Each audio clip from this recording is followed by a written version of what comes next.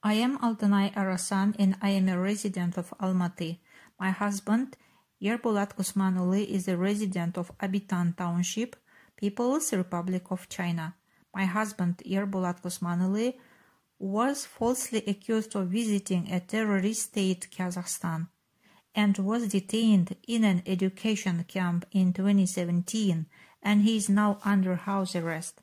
His every step outside is being monitored. If he leaves the places the policeman marked for him, he needs to call the police and inform them about it. My husband asked for his passport back with a 3-year visa to Kazakhstan, explaining his family in Kazakhstan and he wants to go to Kazakhstan. However, recently the police staff called him and said something like, "Are you fed up with your life? Do you want to die?" And the village administration office put pressure on him and forced him to give up ownership of his house and give them proof of this. They told him that the government would give him 27,000 renminbi allowance, and to get this money he needs to borrow 100,000 renminbi from a bank. They want to falsely accuse my husband again. I urgently ask for your help.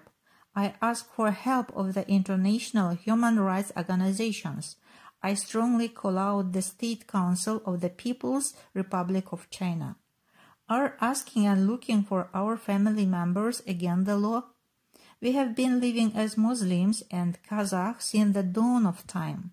Is being Kazakh and Muslim against the Chinese law? We have not committed any crime in China. We are merely looking for our family members.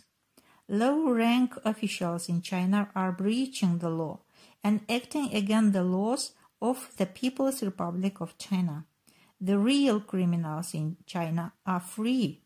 The officials in lower administrative level regions, in villages and hamlets, are deceiving the China's Communist Party and showing non-criminals as criminals.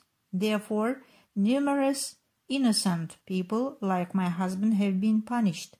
Only those who have acquaintances among officials are heard in China. Are those ordinary people that should be punished?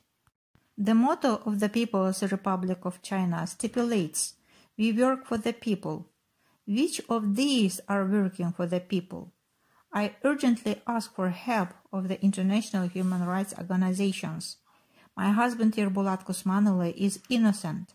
Despite having legal documents and a visa, he has not been able to come back to his family for 1.5 years.